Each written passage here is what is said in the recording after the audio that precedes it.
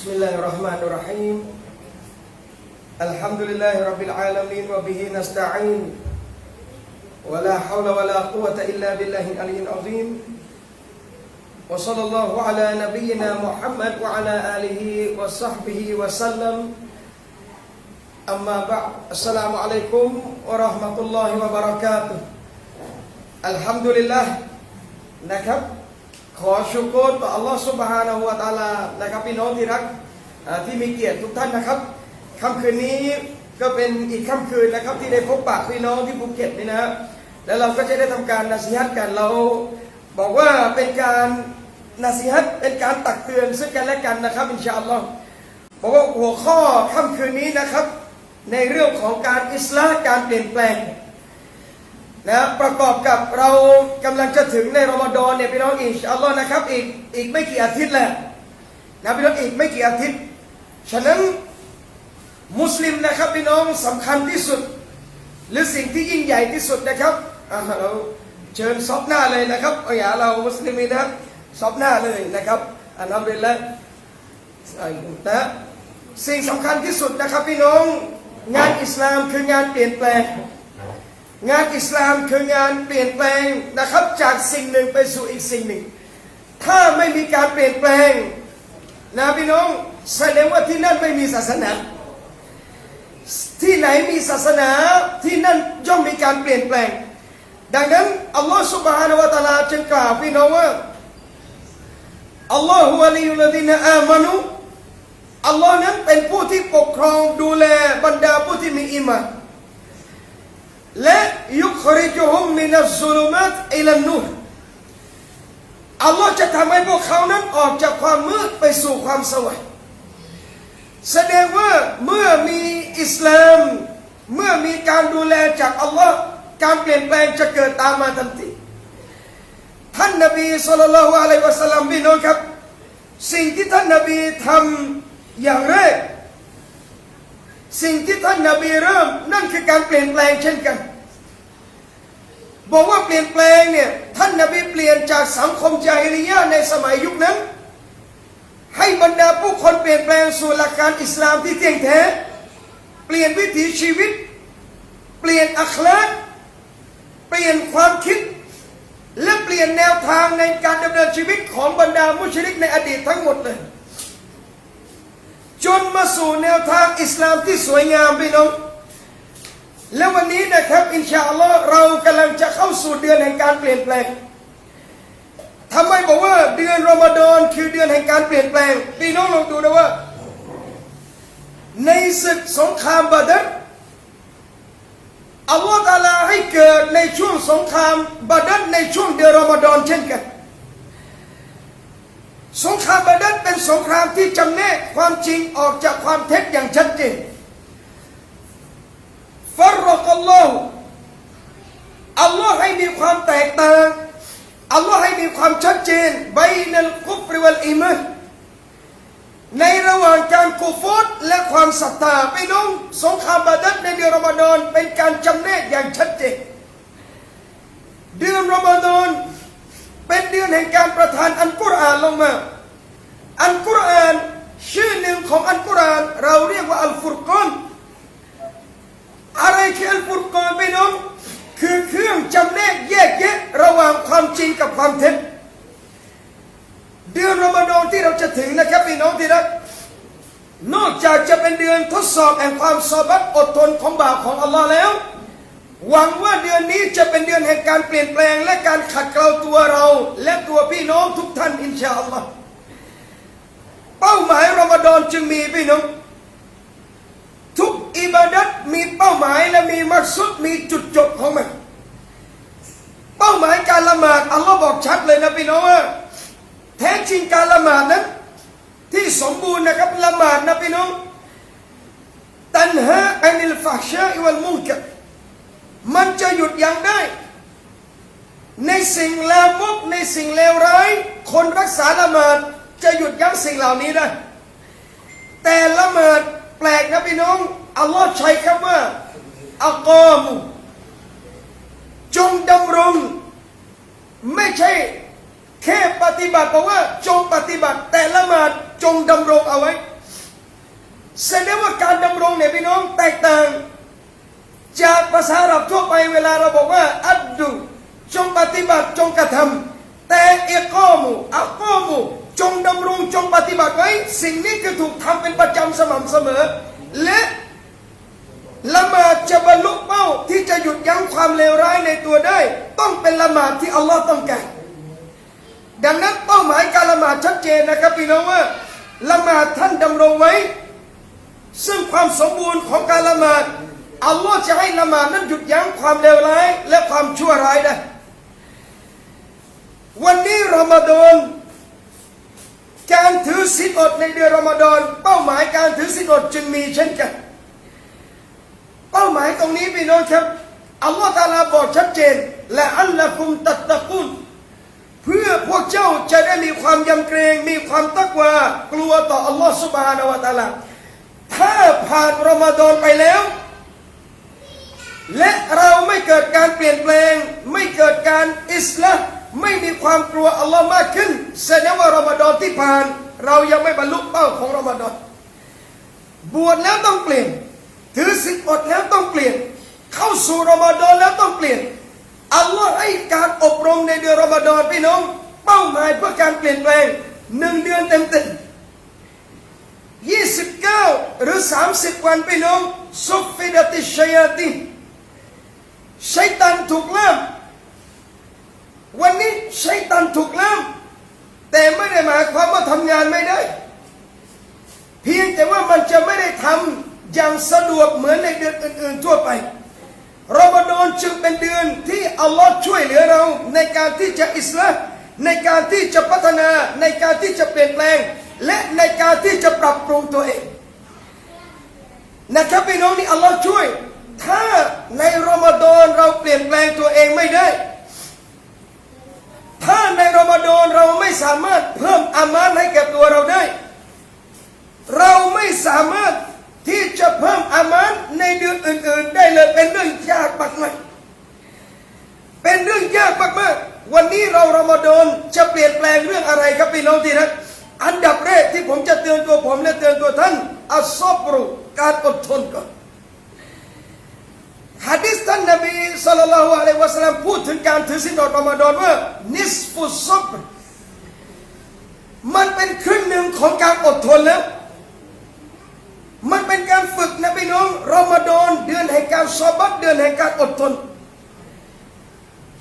เวลาที่คนมายั่วโมโหท่านเวลาที่คนมาทดสอบมารุนแรงมาทำอันตรายท่านนบีบอกไงพี่น้องและสอนกับอุมมะของท่านว่าให้เราบอกเข้าไปเลยนะว่าอินนีซาอิมแท้จริงฉันถือศีลอดทำไมต้องบอกพี่น้อง1เตือนตัวเองด้วยเวลาเราเตือนตัวเองเราถือศีลอดเราอยู่ในรอมฎอนเราจะใช้ชีวิตเหมือนกับไม่ใช่รอมฎอนไม่ได้ซอบัตอดทนถูกยั่วยุถูกอะไรต่างๆบอกซอบัตอดทนรอมฎอนคือเดือนในการฝึกแห่งความซอบัตอย่างเต็มร้อยเราต้องอดทนกับความหิวเราต้องอดทนกับการต่ออัตต่ออัลลอฮฺซุบฮานะฮูวะตะอาลาเราต้องอดทนต่อการดำรงไว้ซึ่งอิบาดะห์ดำรงไว้ในการเชื่อฟังตรงนี้พี่น้องที่รักเวลาเราอดทนเนี่ยนะครับสิ่งหนึ่งที่อัลลอฮ์บอกเลยว่าอินนัลลอฮะมะอัสซอบิรินแท้จริงอัลลอฮ์อยู่กับบรรดาผู้อดทนทั้งหลายรอมฎอนสิ่งที่ผมเตือนตัวผมและเตือนตัวท่านฝึกในการซอบัตฝึกในการอดทนอย่างที่สองพี่น้องครับฝึกในการที่จะทำให้หัวใจเรานั้นตระหนักในการมองเห็นของอัลลอฮฺซุบฮานะฮูวะตะอาลาตลอดเวลาสิ่งหนึ่งพี่น้องเราเรียกว่าอัลมุรอกะบะห์มุรอกะบะห์คืออะไรมุรอกะบะห์คือสิ่งที่จะทำให้เราเป็นคนดีอะไรคือมุรอกะบะห์มุรอกะบะห์คือการที่คนคนหนึ่งมีความรู้สึกและตระหนักตลอดว่าอัลลอฮ์เห็นเขาอัลลอฮ์มองดูเขาอัลลอฮ์อยู่กับเขาอัลลอฮ์ดูเขาตลอดเวลาพี่น้องตรงนี้เนี่ยท่านนบีศ็อลลัลลอฮุอะลัยฮิวะซัลลัมได้สอนกับท่านอบูบักรอัสซิดดีกรอฎิยัลลอฮุอันฮุในขณะที่ท่านอบูบักรเกิดความกลัวในขณะที่ท่านอบูบักรเกิดความวิตกกังวล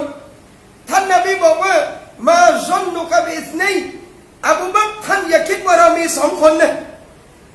อัลลอฮุซาลิซุฮุมอัลลอฮ์คือผู้ที่สามท่านนบีกำลังจะบอกและเตือนท่านอบูบักรว่าถึงแม้วันนี้เราเห็นกัน2 คนเนี่ยแต่อัลลอฮ์อยู่กับเราตลอดและมุมินนะครับพี่น้องเวลาเรามั่นใจว่าอัลลอฮ์อยู่กับเราเนี่ยจะเจอเหตุการณ์อะไรข้างหน้าเราอย่าเกณฑ์และมั่นใจเสมอว่าอัลลอฮุมะอานะอัลลอฮ์อยู่กับเราและเมื่อมั่นใจอัลลอฮ์อยู่กับเราเราจะกลัวการมองเห็นของอัลลอฮ์ตลอดเวลาพระนามหนึ่งสิฟัตหนึ่งของอัลลอฮ์พี่น้องอัลลอฮ์บอกอัลบอซีร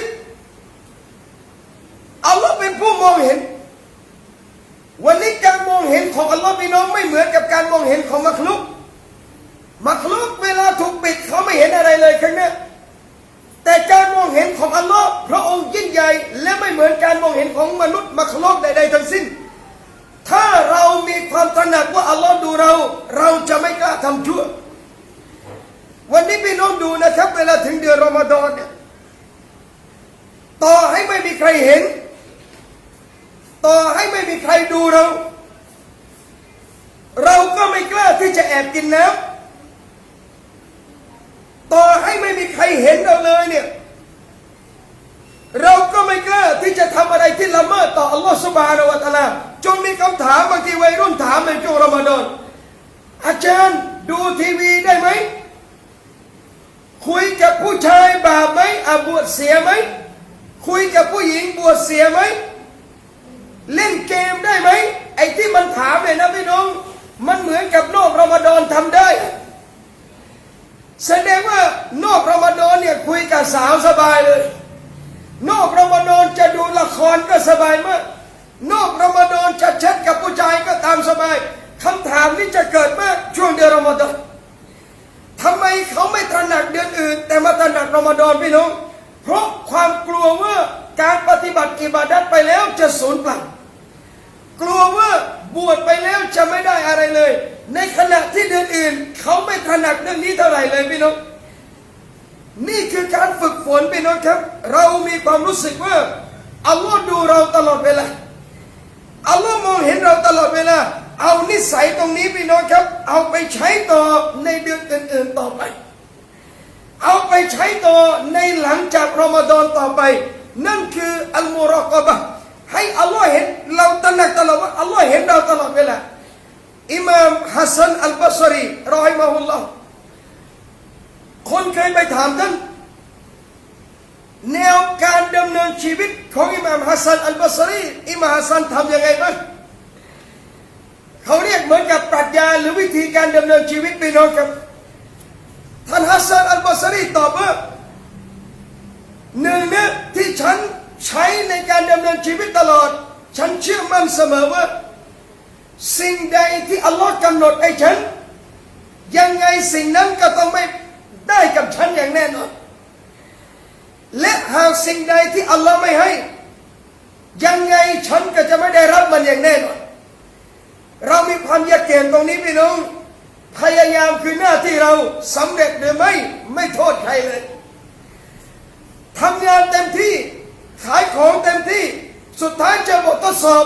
ธุรกิจล้มขายของไม่ได้เราไม่โทษใครเลยพี่น้องการทดสอบจากอัลลอฮฺซุบฮานะฮูวะตะอาลาพี่น้องเราขายของได้ขายเหมือนกันเขาขายกำไรดีกว่าเราไม่โกรธอะไรและไม่อิจฉาเลยพี่น้องเพราะสิ่งนี้เนี่ยอัลลอฮฺกำหนดของเราแค่นี้แล้วความอิจฉาหมดความละโมบหมดความจะทรยศฝ่าฝืนต่ออัลลอฮ์หมดทันทีและอีกอย่างที่ท่านฮัสซันอัลบอซรีได้เป็นดำเนินชีวิตว่าฉันตระหนักและรู้สึกอยู่เสมอว่าอัลลอฮ์เห็นฉันตลอดเวลาฉันจึงละอายเวลาที่ฉันจะทำอะไรละเมิดฝ่าฝืนต่อพระองค์พี่น้องการที่ทำให้เรารู้สึกเห็นอัลลอฮ์ตลอดเวลามันต้องฝึกคนในยุคสลับอดีตพี่น้องครับเขาสอนลูกเด็กคนหนึ่งก่อนจะนอนเนี่ยพ่อจะบอกลูกเสมอว่าเราพูดตามพ่อนะลูกอัลลอฮ์เห็นเราอัลลอฮ์ได้ยินเราอัลลอฮ์เห็นเราอัลลอฮ์ได้ยินเราสอนเด็ก ก่อนจะนอนบอกลูกอัลลอฮ์เห็นเรานะลูกอัลลอฮ์ดูเรานะลูกและให้ลูกพูดตามพ่อตลอดเวลาทุกครั้งเลยเด็กแรกๆก็เบื่อหน่ายนะพี่น้องเดี๋ยวพูดเดี๋ยวบอก สุดท้ายเมื่อเด็กโตขึ้นเด็กรู้สึกว่าคำพูดที่บิดาสอนเอาไว้เนี่ยมันเป็นคำพูดที่หวานและเป็นคำพูดที่มีพลังต่อหัวใจมากจนสุดท้ายเด็กเนี่ยความรู้สึกเขารู้สึกเหมือนอัลลอฮ์ดูเขาตลอดเวลาคนเวลานึกถึงอัลลอฮ์ดูตลอดเวลาพี่น้องนั่นเขาเนี่ยจะไประดับอิหซานแล้วที่นบีสอนเนี่ยครับพี่น้องอิบาดัตเหมือนท่านเห็นอัลลอฮ์ถ้าไม่เห็นฟะอินนะฮูยารอดแท้จริงพระองค์ทรงเห็นท่านละหมาดก็คุชูอิบาดัตก็อิคลาสไม่จำเป็นต้องออกสื่อแต่เขาก็ทำอย่างเต็มใจเพราะความรู้สึกเสมอพี่น้องว่าอัลลอฮ์เห็นเขาจะไม่กล้าทำชั่วอันนี้ฝึกได้ในรอมฎอน30 วัน29 วันประมาณ1 เดือนเนี่ยพี่น้องนิสัยไหนที่เราได้ทำเป็นประจำนิสัยไหนที่เราได้ทำเรื่อยๆอัลลอฮ์จะให้ติดเป็นนิสัยพี่น้อง1 เดือนคนไม่เคยละหมาดดุฮาเลยพี่น้องลองนะครับรอมฎอนรักษาอย่าให้ขาดอินชาอัลลอฮ์ถึงเดือนซุลกะอ์ดะห์ถึงเดือนซุลฮิจญะห์ท่านจะละหมาดดุฮาตลอดเลยพี่น้องไม่เคยละหมาดกิยามุลไลล์ตะฮัจญุดกลางคืนพี่น้องลุกขึ้นละหมาดตะฮัจญุดกลางคืน1 เดือนแล้วท่านจะติดอยากจะทำตลอดไปพี่น้องไม่เคยรักษาละหมาดสุนัตอะไรลองทำนะพี่น้อง1 เดือนอัลลอฮ์ให้เพื่อท่านจะได้ใช้มันละอัลละกุมตัตตะกุนตระหนักอิบาดัตว่าอัลลอฮ์เห็นท่านและความชั่วเราจะไม่กล้าทำพี่น้องวันนี้ที่เรากล้าทำชั่วนะพี่น้องไม่ใช่เราจะเฮนะครับจริงๆไม่มีคนชั่ว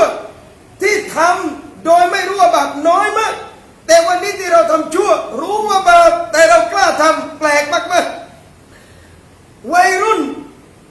เสพยาได้เวลาตำรวจไม่อยู่วัยรุ่นเล่นยาได้เวลาตำรวจไม่เห็นพอตำรวจมามันเลิกเลยตำรวจมามันวิ่งหนีเลยตำรวจไปมันสูบต่อผมบอกว่าถ้าวัยรุ่นเป็นอย่างนี้นะครับแสดงว่าวันนี้เรากลัวมักลบมากกว่ากลัวอัลลอฮ์เรากลัวคุกดุนยายิ่งกว่าอาซาบของอัลลอฮ์ในวันกิยามะห์เรากลัวการทรมานในดุนยายิ่งกว่าการทรมานในอาคิเราะห์ตำรวจไม่เห็นเราไม่สูบแต่อัลลอฮ์มองมันตลอดเวลามันไม่เคยแคร์สายตาของอัลลอฮ์เลยมันไม่เคยตระหนักว่าอัลลอฮ์เห็นตลอดนี่คือกุญแจแห่งความชั่วเมื่อเราไม่รู้สึกกลัวอัลลอฮ์เมื่อเราไม่รู้สึกว่าอัลลอฮ์ทรงเห็นเราพี่น้องเราจะทำตลอดอินชาอัลลอฮ์เดือนรอมฎอนนี้นะครับพี่น้องที่รักฝึกทั้งตัวผมและท่านอัลลอฮ์เห็นเราอัลลอฮ์ได้ยินเราเราจะทำอะไรก็แล้วแต่อัลลอฮ์ซุบฮานะฮูวะตะอาลาทรงมองเราตลอดเวลานี่คือฝึกนะฝึกให้มีความมุราะกะบะห์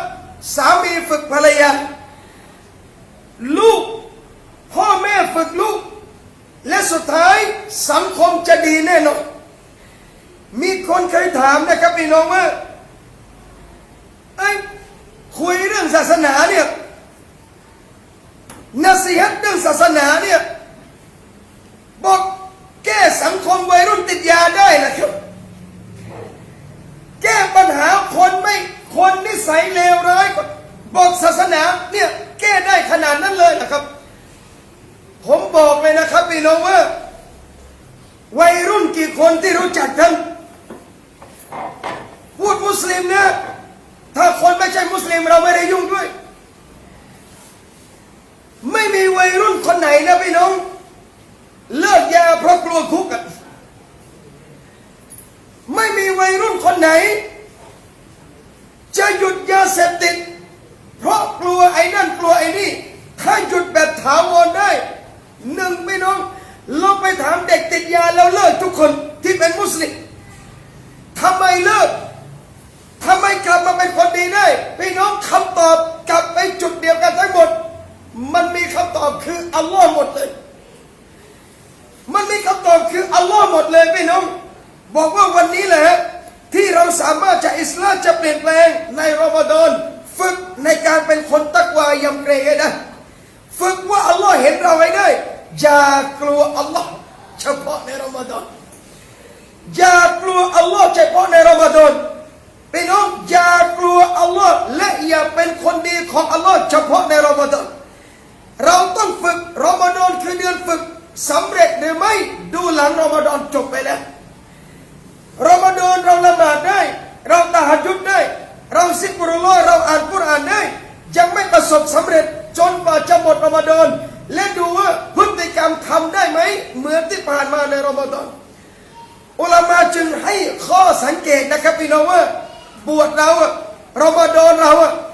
ศีลอดของเราเนี่ยใช้ได้หรือไม่บรรลุเป้าหรือไม่ให้ดูหลังรอมฎอนถ้าทำได้เหมือนในรอมฎอนแสดงว่าเราสำเร็จอินชาอัลลอฮ์พี่น้องนักมวยบางคนตอนซ้อมเตะเปี้ยงเปี้ยงเปี้ยงเปี้ยงพอขึ้นชกขาพับยกแน่เลยขาพับเลยพี่น้องยกแน่แสดงว่าสิงสนามซ้อมแต่หมูสนามจริงมุสลิมเลยพี่น้องเราสิงสนามซ้อมด้วยและต้องสิงสนามจริงนี่คือการฝึกและเปลี่ยนแปลงอีกหนึ่งอย่างในรอมฎอนพี่น้องที่รักครับเราต้องพยายามอิสลามเปลี่ยนแปลงในเรื่องของอัคลากมารยาทของตัวเราและตัวท่านตรงนี้นะครับพี่น้องเราต้องยอมรับอย่างหนึ่งว่าสิ่งหนึ่งที่เราทั้งคนพูดและผู้ฟังบกพร่องจริงๆในชีวิตเราเนี่ยเรื่องอัคลากเนี่ยสำคัญมาก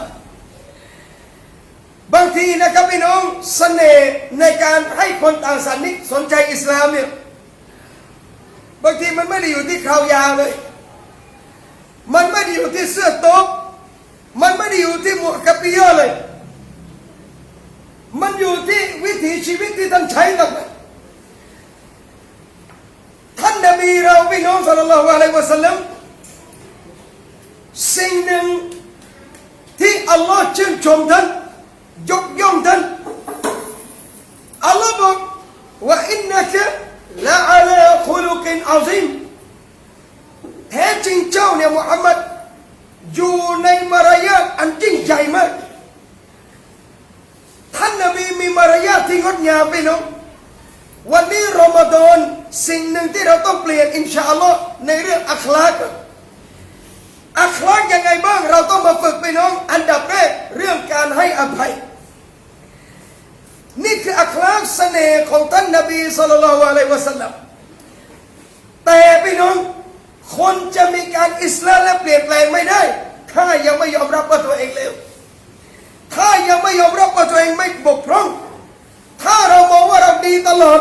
เราจะไม่มีการเปลี่ยนแปลงใดๆเลยถ้าเรามองว่าเราสมบูรณ์เราจะไม่มีการพัฒนาใดๆทั้งสิ้นนี่แหละครับพี่น้องเข้าใจไหมเวลาคบกับเพื่อนใครที่ยอเราอย่างเดียวอย่าคบมันเยอะมึงนี่สุดยอดมึงนี่เก่งท่านนี่สุดยอดไปน้อง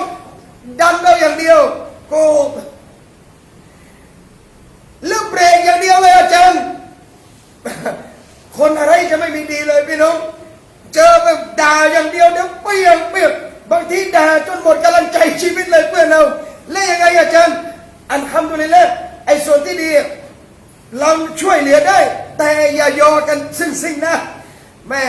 ท่านนี่ดูวะเราะท่านนี่วะเราะจริงๆไม่เกิดมาไม่เคยเห็นใครวะเราะเหมือนท่านพี่น้องเราก็รู้ว่ามันหลอกเราก็รู้ว่ามันยอแต่ชอบทุกคนจริงพี่น้องบางทีเราชอบแล้วมันจะเหลิงทันทีบอกวันนี้ทำยังไงอะครับเพื่อนนะครับพี่น้องวันนี้นาซีฮัตเราต้องถ้าเพื่อนอะไรบกพร่องนาซีฮัตกันตักเตือนกันและสำคัญที่สุดตัวเราเตือนตัวเราเองไม่มีใครรู้จักเราดีเท่ากับตัวเราส่องกระจกรู้เลยพี่น้องคนในเงานิสัยยังไงไอคนนี้เป็นยังไงเรารู้ตัวเราเพื่อนในเฟซไม่รู้เพื่อนข้างนอกบางทีไม่รู้เรายอมรับว่าเราไม่ดีกอดอัฟละฮ์มันตะซักกะอัลลอฮ์บอกแน่นอนคนที่ขัดเกลาตัวเองได้รับชัยชนะแล้วขัดเกลาตัวเองได้รับชัยชนะการขัดเกลาเกิดขึ้นพอยอมรับว่าสิ่งที่เราทำมีผิดพลาด วันนี้เราขัดเกลาพี่น้องหนึ่งในอัคลักที่ต้องพยายามอินชาอัลลอฮ์เรื่องการให้อภัยพี่น้องดูนะว่ารอมฎอนเนี่ยคู่กับการให้อภัยนะเวลาเราสอนเวลาเรานาซียะห์เวลาเราคุยเวลาเราก็เวลาบอกเพื่อนบอกดุอาเวลาเราขอในไลลาตุลกอดรนะครับพี่น้องอินนะกะอัฟูนอัลลอฮุมะโอ้อัลลอฮ์พระองค์คือผู้ทรงอภัยพระองค์รักการให้อภัยขอพระองค์ได้โปรดอภัยให้แก่ข้าด้วยเราขอเนี่ยพี่น้องจริงๆนะพี่น้องดุอาชีวิตเราขอกับอัลลอฮ์เยอะมากขอเยอะมากจริงๆเนี่ยสองอย่างเองพี่น้องถ้าได้จากอัลลอฮ์สองอย่างเนี่ยสำเร็จแน่นอนอาคิเราะห์หนึ่งการอภัยสองความเมตตาขอพระองค์อภัยให้ข้าพเจ้าขอพระองค์เมตตาข้าพเจ้าพี่น้องอัลลอฮ์อภัยให้อัลลอฮ์เมตตาทั้งหมดอัลฮัมดุลิลละห์นั่นคือความสำเร็จในอาคิเราะห์เราบอกเดือนรอมฎอนนะเป็นเดือนแห่งการให้อภัยวันนี้เวลาเราบอกกันไม่ใช่แค่อัลลอฮ์อภัยบ่าวนะครับพี่น้องมันเป็นการสอนด้วยว่าบ่าวต้องอภัยซึ่งกันและกันเช่นกันวันอีดเราขอมาอัฟกันใช่หรือไม่วันอีดเราเข้าไปสลามเราบอกเพื่อนเราบอกญาติบอกขอมาอัฟนะร้องไห้เลยร้องไห้กอดจูบซ้ายจูบขวาร้องไห้พี่น้องยังบวช6ไม่จบเลยมันนินทาแล้วยังบวช6ไม่ผ่านเลยยังบวช6ได้3 วันมันเป็นฟิตนะห์แล้วเลยบอกว่าเดือนรอมฎอนพี่น้องที่รักเราฝึกการให้อภัยท่านนบีศ็อลลัลลอฮุอะลัยฮิวะซัลลัมพี่น้องที่รักครับเสน่ห์หนึ่งและแบบอย่างหนึ่งของท่านนบีศ็อลลัลลอฮุอะลัยฮิวะซัลลัมนบีให้อภัยคนมากๆนิสัยหนึ่งของนบีเราพี่น้องซึ่งเป็นสิ่งที่เรียนแบบยากมากๆคนยิ่งเลวกับท่านยิ่งดีกับเขาคนยิ่งรุนแรงกับท่านจะยิ่งอ่อนโยนกับเขาเหมือนขนมปังเลยพี่น้องนิสัยนบีนะพี่น้องถ้าพูดง่ายๆเหมือนแป้งทำโรตีอะมาแรกๆมันแข็งนะจนานะยิ่งนวดยิ่งยำยิ่งนวดยิ่งยำเนี่ยยิ่งนิ่มพี่น้องยิ่งนวดยิ่งนิ่มยิ่งนวดยิ่งนิ่มสุดท้ายกลายเป็นความอร่อยกลายเป็นความสวยงามนิสัยนบีตรงนี้พี่น้องทำไมขนาดนี้ได้อัลฮัมดุลิลละห์ด้วยอัคลากมารยาทท่านและเป็นการสอนอุมมะท่านจงยึดหลักนี้เอาไว้คำพูดแรกพี่น้องครับที่ท่านนบีศ็อลลัลลอฮุอะลัยฮิวะซัลลัมพูดแก่บรรดาคนที่ทำร้ายท่านในวันที่นบีเอาคนพวกนี้มายืนต่อหน้าท่านสิ่งที่นบีบอกอิซฮะบูวะอันตุมุนตุลกอท่านทั้งหลายจงไปนะวันนี้พวกท่านทั้งหมดอิสระแล้วไม่มีการแก้แค้นใดๆทั้งสิ้นไม่มีการเอาคืนใดๆทั้งสิ้นพี่น้องการให้อภัยของท่านนบีศ็อลลัลลอฮุอะลัยฮิวะซัลลัมเป็นจุดจนให้มีคนเข้ารับอิสลามวันนี้เราฝึกพี่น้องครับจะฝึกยังไงได้อย่างเดียวพี่น้องสิ่งที่จะทำให้เราอภัยคนนั้นกอยนะหรือหลักการหลักเกณฑ์ชัดเจนว่าทำยังไงอัลลอฮ์จะทำกับเราอย่างนั้นอัลลอฮ์ตุฮิบบูนอัยยักฟิรุลลอฮุละกุมพวกท่านไม่ชอบหรือในการที่พระองค์จะอภัยให้ท่านอัสบับนุซูลอายะนี้เกิดยังไงพี่น้องจำได้ใช่ไหมครับเหตุการณ์เนี่ยอิฟกุมมุบินการกล่าวเท็จอย่างรุนแรงมากด่าประนามท่านยังไงชาวว่าทำซินะพี่น้องดูคนดีๆโดนด่ามาไม่ใช่แค่สมัยเรานะนานมาแล้วบอกทำซินะท่านนบีเป็นคนนะครับถ้าอันไหนอัลลอฮ์ไม่บอกท่านนบีไม่รู้โดยเด็ดขาดกังวลไหมกังวลถ้าภาษาบ้านเราเขาเรียกว่าสาบุอัตติคือมันตะกิดล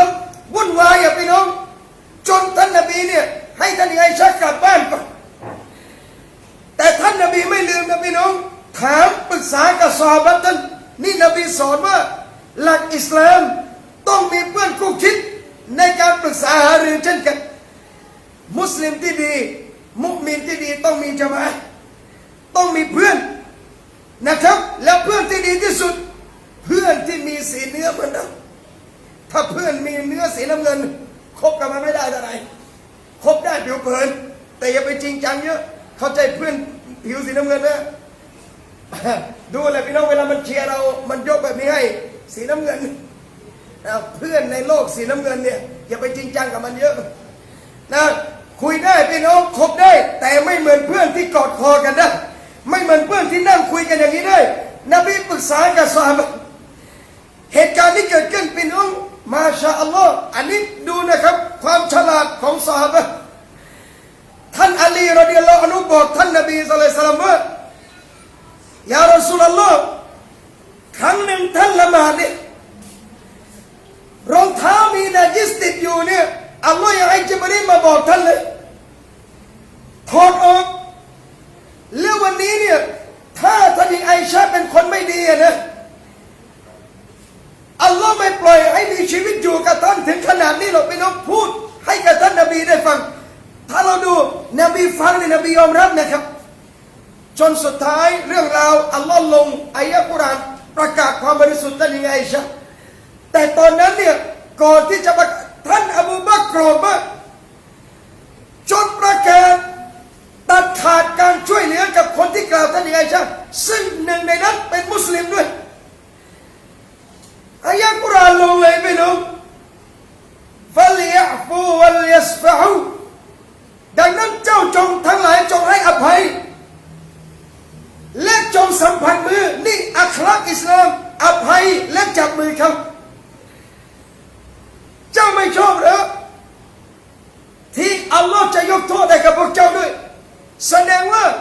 เราอภัยให้คนมากเท่าใดอัลลอฮ์จะอภัยให้แก่เรามากเท่านั้นเข้ามาได้นะครับเรานะครับอัลฮัมดุลิลละห์นะพี่น้องจะเข้าได้ยังนั่งได้อยู่นะอ๋อฉันตกใจแน่เลยแม่ว่าเลี้ยงบุฟเฟ่หรือเปล่านะแล้วบอกว่าปฏิบัติคนดีมากเท่าไรอัลลอฮ์จะปฏิบัติกับเราดีเท่านั้นยกโทษให้กับบ่าวมากเท่าใดอัลลอฮ์ยกโทษให้กับเรามากเท่านั้นสิ่งนี้พี่น้องเราฝึกในรอมฎอนเราฝึกในการอิสลามในการเปลี่ยนแปลงในการปรับปรุงอัคลากฝึกการให้อภัยคนมากๆซอบัตใจเย็นมากๆแล้วอินชาอัลลอฮ์นี่คือการเปลี่ยนแปลงที่งดงามและเดือนรอมฎอนพี่น้องครับ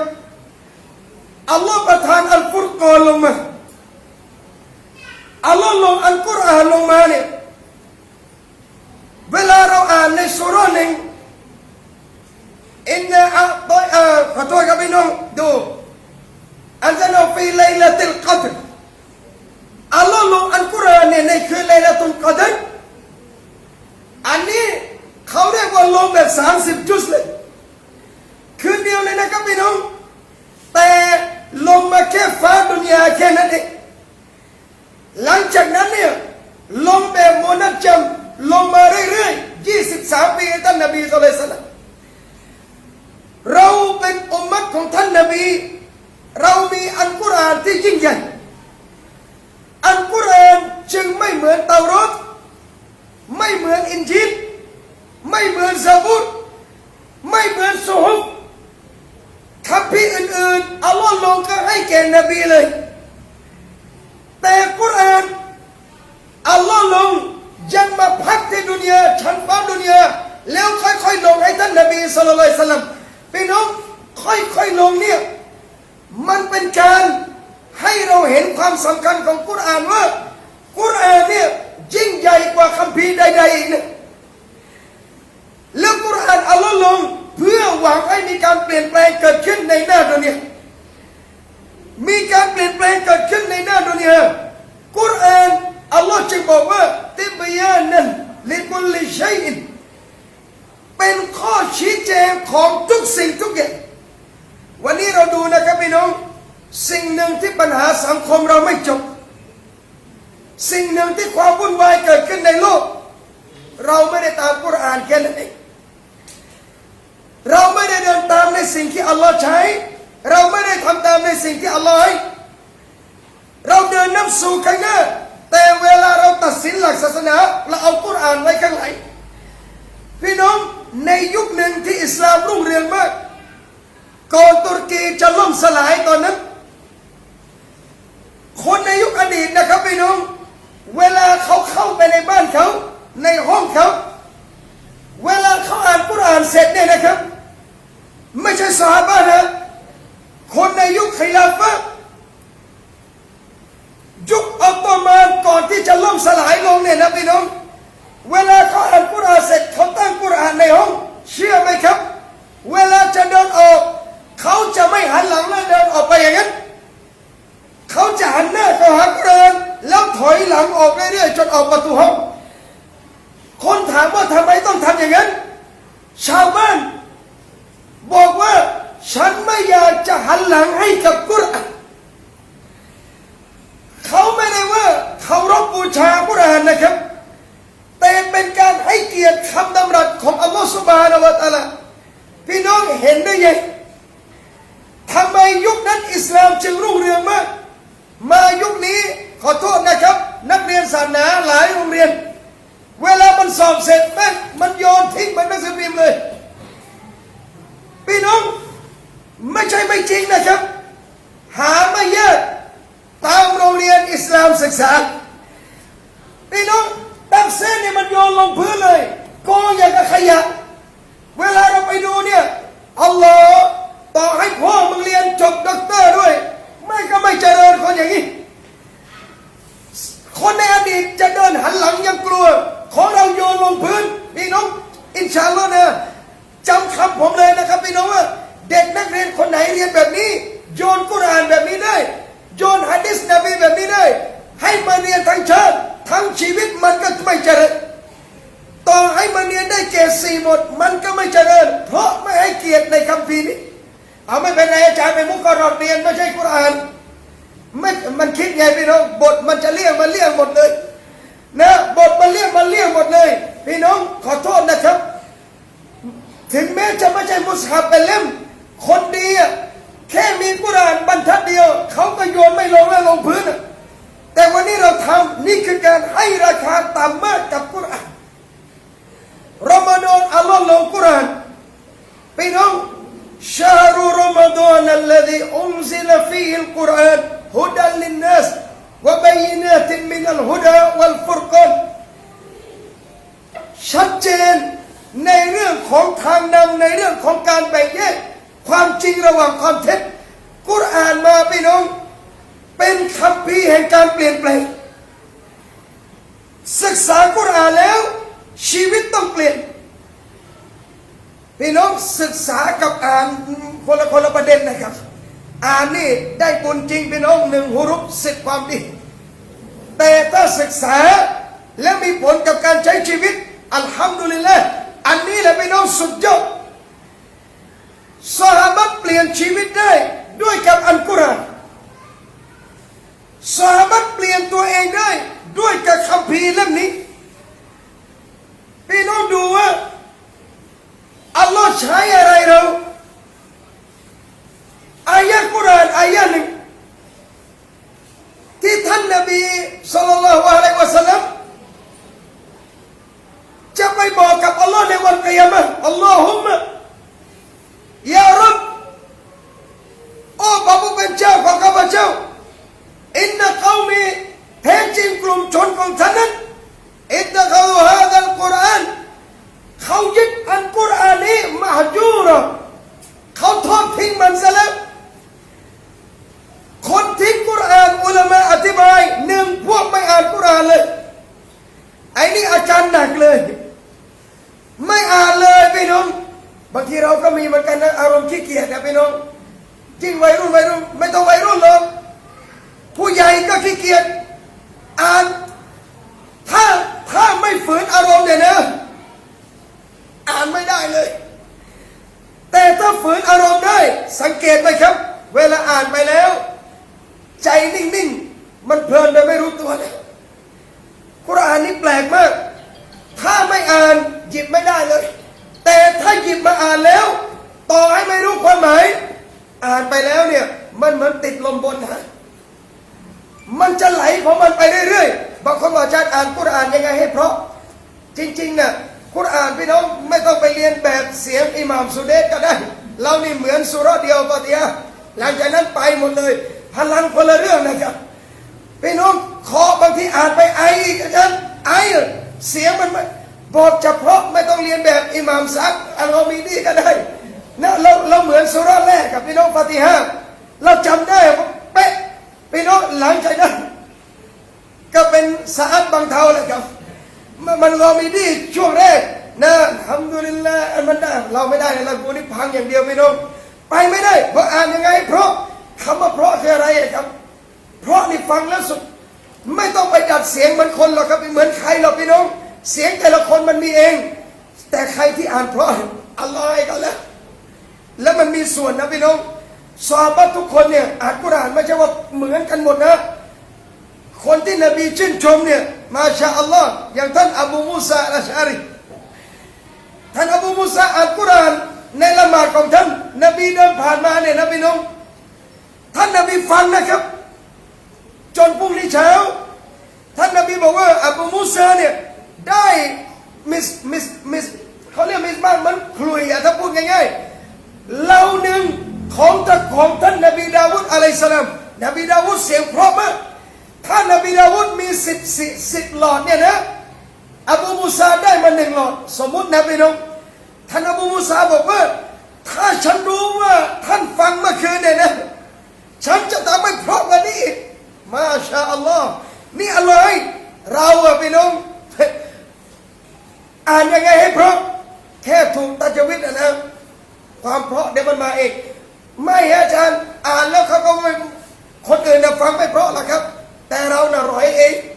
คนอื่นฟังน่ะเสียงไม่เพราะก็คือไม่เพราะแต่เราอะเวลาอ่านถูกๆกันนะอินชาอัลลอฮ์ความไหลกุรอานมันจะมาเองเลยบอกพี่น้องว่าอ่านกุรอานผู้ที่ยึดกุรอานเป็นที่ทอดทิ้งนั่นคืออันดับแรกไม่อ่านเลยอุลามะถือว่านี่แหละคนทิ้งกุรอานอินชาอัลลอฮ์รอมฎอนนี้อ่านนะ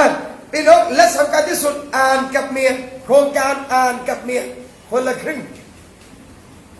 กับเมียนะพี่น้องคนละครึ่งจริงๆนะยังไงอ่ะมีเมียมีลูกเวลาทำตอนไหนก็ได้พี่น้องเอาหลังตะเราะแวก็ได้หรือช่วงแล้วแต่ครอบครัวไม่เหมือนกันสุเราะห์เดียวพี่น้องอ่านพี่น้องพ่อแม่ลูกอ่านคนละนิดคนละหน่อยอัลฮัมดุลิลละห์บารักัตเกิดในบ้านและท่านนบีศ็อลลัลลอฮุอะลัยฮิวะซัลลัมบอกว่ามัจตะมะอะกอมุนฟีบัยตินมินบุยูติลลาห์ไม่มีกลุ่มชนใดที่รวมกันในบ้านของอัลลอฮ์นบีน้องนั่นคือมัสยิดยะตะดารอซูนยัตลูนกิตาบัลลอฮ์วะยะตะดารอซูนะฮูบัยนะฮุมพวกเขารวมตัวกันอ่านคัมภีร์ของอัลลอฮ์และก็ศึกษาซึ่งกันและกันพี่น้องบัยตุลลอฮ์เนี่ยนั่นคือมัสยิดอุลามะบอกว่าในหะดีษนี้ถึงแม้จะบอกว่ามัสยิดแต่ไม่ได้จำกัดเฉพาะในมัสยิดอย่างเดียวรวมกันที่บ้านรวมกันในไหนในครัวอ่านในตรงไหนมีรวมกุรอานนะซะลัตอะลัยฮิมุสซะกีนะห์สักีนะห์ความสงบลงมาเลยทำไมผัวเมียทะเลาะกันบ่อยพี่น้องเคยเครียดไหมเคยคิดไหมว่าทำไมว่าเจอกันแป๊บเดียวเนี่ยหึ่มใส่กันแล้วเดี๋ยวดูหน้าดูไม่มีความสุขพี่น้องลองสิครับรวมสามีภรรยาในบ้านเล็กนิดเดียวไม่มีแอร์เลยมีเสียงกุรอานสามีภรรยาเดี๋ยวอัลลอฮ์ให้ความสงบจนจะตายพี่น้องไม่มีตังค์ในกระเป๋าเลยมีเสียงกุรอานในบ้านสามีภรรยาลูกอ่านกุรอานอัลลอฮ์ให้ความสงบสักีนะห์เนี่ยอัลลอฮ์จะลงในสถานที่ที่บารักัตมีรวมตัวสิ่งที่ดีงามสถานที่ใดมีความชั่วสักีนะห์ไม่ลงวันนี้กุรอานพี่น้องอินชาอัลลอฮ์พยายามในสมัยซอฮาบะห์นะครับพี่น้องมีซอฮาบะห์ท่านนบีศ็อลลัลลอฮุอะลัยฮิวะซัลลัมท่านอุซัยบินฮุดัยรอฎิยัลลอฮุอันฮุอุซัยเนี่ยเดิมทีเดียวยังไม่เข้ารับอิสลามและไม่ใช่ไม่เข้าธรรมดานะครับเกลียดอิสลามด้วยอุซัยเกลียดอิสลามมากจนถึงขนาดจะไปฆ่ากับมุสอับบินอุมัยร์ จนวันหนึ่งรักอิสลามไปน้องดูนะคนเวลามันสุดโต่งอะไรเร็วๆมาเนี่ยแล้วเวลามันกลับมาทำดีเนี่ยบางทีมันพลิกจนเราคิดไม่ถึงว่ามันขึ้นขนาดนี้นะท่านอุซัยบินฮุดัยหลังจากรับอิสลามสิ่งหนึ่งที่ท่านอุซัยรักมากคือกุรอานท่านจะนั่งอ่านอยู่ที่บ้านอ่านในลานบ้านและมีอยู่คืนหนึ่งพี่น้องอุซัยเอาลูกชายตัวเล็กนะพี่น้องนอนอยู่บนเคร่ถ้าพูดภาษาบ้านเราง่ายๆตั้งบนเคร่ในคืนนั้นท่านอุซัยก็อ่านอัลกุรอานอ่านไปเรื่อยๆอยู่คนเดียวเนี่ยนะพี่น้องสักพักท่านอุซัยบอกว่าเราเห็นเนี่ยเหมือนกับก้อนเมฆมารวมกันอย่างเงี้ยแล้วมันลงมาเรื่อยๆสุดท้ายม้าที่อยู่ข้างๆนี่โดดลอยเลยพี่น้องตกใจอ่ะม้าตื่นลูกอยู่ใกล้ๆท่านอุซัยกลัวว่าม้าจะทำอันตรายลูกหยุดอ่านไปเลยหยุดอ่านม้าสงบนะม้าสงบสักพักอ่านอีกพี่น้องม้ากระโดดอีกแล้วจนท่านอุซัยเห็นว่าไม่ได้แล้วกลัวว่าซักริยาลูกชายจะได้รับอันตรายเลิกอ่านเข้าบ้านเลยพรุ่งนี้ไปหาท่านนบีศ็อลลัลลอฮุอะลัยฮิวะซัลลัมเล่าเหตุการณ์ให้ฟังพี่น้องท่านนบีศ็อลลัลลอฮุอะลัยฮิวะซัลลัมบอกว่าพี่น้องถ้าอุซัยยังอ่านต่อไปเรื่อยๆจนเช้าเนี่ยนะผู้คนจะมาเนี่ยจะมองเห็นเลยในสิ่งที่อยู่บนนั้นนั่นคือเมื่อท่านอ่านอุซัยเอ๋ยบรรดามาลาอิกะฮ์ลงมาฟังการอ่านของท่านมาฟังการอ่านของอุซัยบินฮุดัยเป็นคนที่เสียงเพราะเช่นกันแล้วอ่านอัลกุรอานบารักัตความสงบเรามัดลงมาตรงนั้นทันทีพี่น้องความสงบลงม้าตื่นแปลกไหมครับความสงบลงทำไมท่านอุซัยไม่ตื่นมันม้าพี่น้องไม่แปลกพี่น้องดูอย่างพวกเราพวกท่านละหมาดกันอยู่อัลฮัมดุลิลละห์อยู่ในคันลองอิสลามนะนั่งฟังบรรยายนิ่งเลยวัยรุ่นผ่านมาเฮ้ยมันทำอะไรกันวะไม่ต้องเยอะพี่น้องเอาง่ายๆนะเปิดคลิปใน YouTube 1 ชั่วโมง 50 นาทีวัยรุ่นบอกฟังอะไรอะบังบอกฟังบรรยาย1 ชั่วโมง 1.5047 วินาทีเกือบ2 ชั่วโมงเชื่อไหมครับวัยรุ่นทุกคนถ้ายังแบบสายจิ๊ดจ๊าบเลยนะเห็นปั๊บโอ้โหหมดเลยโอ้โหเอามึงฟังให้จบ2 ชั่วโมงพี่น้องมันดูซีรีส์เกาหลีไม่ใช่2 ชั่วโมง2 วันไม่ไปไหนเลยสงบมากแต่บางอย่างเวลาเรานั่งฟัง2 ชั่วโมงแป๊บเดียวจบแล้วสงบความสกีนาเรามีแต่กับบางคนความสกีนาของเราไม่ใช่สกีนาของเขาสงบของเราไม่ใช่สงบของเขาไม่แปลกไปเนาะสงบของเขาก็ไม่ใช่สงบของท่านเขาอยู่ในบางที่ที่เขาสงบแต่ท่านไปอาจจะเหงื่อแตกก็ได้ท่านอยู่ในที่ที่ท่านสงบแต่เวลาวัยรุ่นมาอาจจะเหงื่อแตกก็ได้ฉะนั้นไม่แปลกที่มาติดแต่สำคัญที่สุดพี่น้องบอกอัลฮัมดุลิลละห์กุรอานรอมฎอนนี่เราเปลี่ยนนะครับในการอ่านจัดเวลาในการอ่านพี่น้องอิหม่ามชาฟิอีเราไม่ต้องพูดถึงแล้วพี่น้องคนนั้นเนี่ยท่านเนี่ยอ่านกุรอาน30 ยุตเหมือนเราจำฟาติฮะห์เลยเหมือนเราจำฟาติฮะห์เลยอ่านคล่องมาก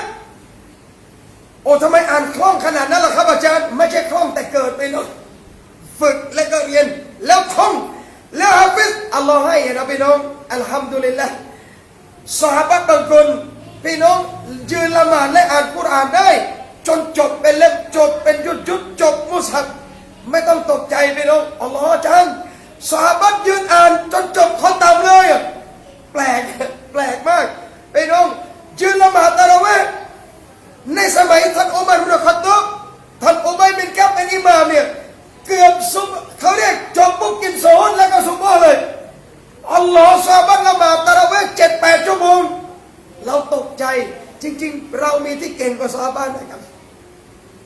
ยืน7-8 ชั่วโมงซอฮาบะห์ต้องดามไปนั่นเลยนะพี่น้องซอฮาบะห์บางคนต้องเอาไม้ค้ำอย่างนี้เลยนะไม่ไหว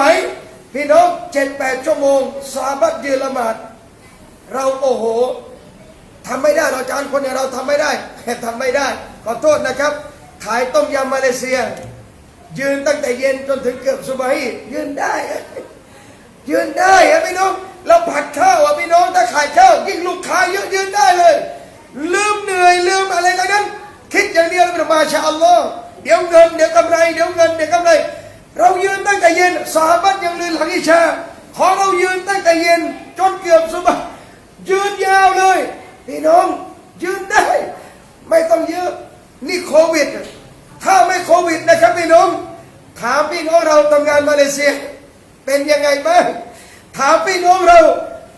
แล้วถ้าอยู่นี่นะไปถามคนอาหรับนะพี่น้องแต่ถามประชากรว่าโลกอาหรับเวลาเดินบวชขายของยังไงบ้างบอกบังเหนื่อยบ้างไหมยืนขายของทั้งวันทั้งคืนเหนื่อยบ้างไหม8 ชั่วโมงบางทีเรารู้สึกไม่พอเลยพี่น้องทำไมเรายืนได้เพราะเราเห็นผลลัพธ์เราเห็นเงินไงพี่น้องทำไมซอฮาบะห์อ่านกุรอานได้อย่างนั้นเพราะเขาเห็นผลลัพธ์เหมือนกันซอฮาบะห์มองอาคิเราะห์แต่เรามองแค่ดุนยาดังนั้นเราอ่านกุรอานนะครับพี่น้องอินชาอัลลอฮ์และอีกประเภทที่ถือว่ายึดกุรอานเป็นที่ทอดทิ้งนั่นคืออ่านกุรอานแต่ไม่ปฏิบัติตามพี่น้องไม่อ่านก็โดนอ่านแล้วไม่ตามก็โดนเช่นกันเมื่อคืนเราบรรยายที่3 กองพี่น้องเลยบอกพี่น้องว่าวันนี้รอมฎอนอินชาอัลลอฮ์เปลี่ยนแปลงอิสลามด้วยกับการปฏิบัติตามกุรอานด้วยกับการเปลี่ยนแปลงครั้งนี้และมันจะเปลี่ยนเราตลอดกาลพี่น้องที่รักเดือนรอมฎอนนี้นะครับจึงอย่าลืมขอดุอาให้เราได้ปฏิบัติรอมฎอนอิบาดัตอย่างสมบูรณ์และให้ได้เปลี่ยนแปลงอัคลากและนิสัยเราด้วยขี้โมโหต้องลดลงนะใครใจร้อนต้องเย็นลงให้ได้ใครมีความชอบนินทาขี้อิจฉารอมฎอนนี้ขัดเกลาหัวใจให้ได้และท้ายสุดพี่น้องที่รักที่มีเกียรติอินชาอัลลอฮ์อย่าลืมนึกถึงคนจนมากๆในรอมฎอนนะครับนึกถึงคนจนมากๆในรอมฎอนท่านช่วยอะไรเขาได้ช่วยแต่ครับพี่น้องท่านทำดีอะไรทำได้ท่านนบีเราเนี่ยอัจวาดุนนัสเป็นคนที่ใจดีที่สุดเป็นคนใจดีมากๆและนบีจะยิ่งใจดีถ้าถึงรอมฎอนวันนี้จะยิ่งใจดีถ้าถึงรอมฎอนพี่น้องวันนี้เราถึงรอมฎอนอัลฮัมดุลิลละห์วันนี้นะครับสิ่งหนึ่งก่อนจะเข้ารอมฎอนไม่ต้องรอนะคนรวยๆจะรอทำบุญตอนจ่ายซะกาตอย่างเดียวจะเข้ารอมฎอนเนี่ยคนจนแถวบ้านแม่ไม้เด็กกำพร้าคนยากจนแถวบ้านพี่น้องอันไหนเราช่วยเหลือเขาได้ก่อนเราช่วยเขาเลยสิ่งหนึ่งที่เขาเรียกว่าดึงใจคนได้กับคนอ่อนแอนะครับพี่น้องเราปฏิเสธไม่ได้ว่าสิ่งนี้ช่วยยาใจเขาได้ช่วยเหลือ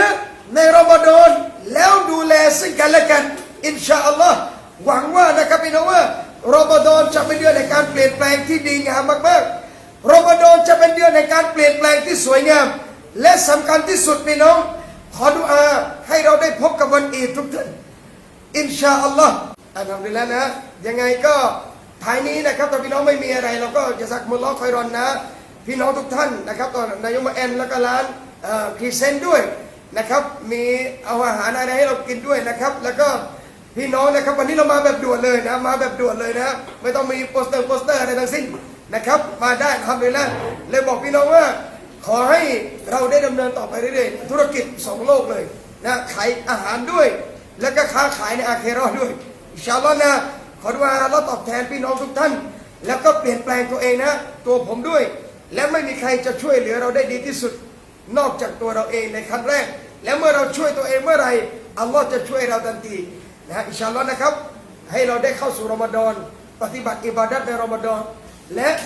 ผ่านรอมฎอนด้วยการเอาอามัลในรอมฎอนมาใช้ตลอดไปอามีนอิซากุมุลลอฮ์นะครับวะบิลลาฮิตอฟิกวัลฮิดายะฮ์อัสสลามุอะลัยกุมวะเราะห์มะตุลลอฮิวะบะเราะกาตุฮ์ครับอัลฮัมดุลิลลาฮิ อิซากัลลอฮ์ครับ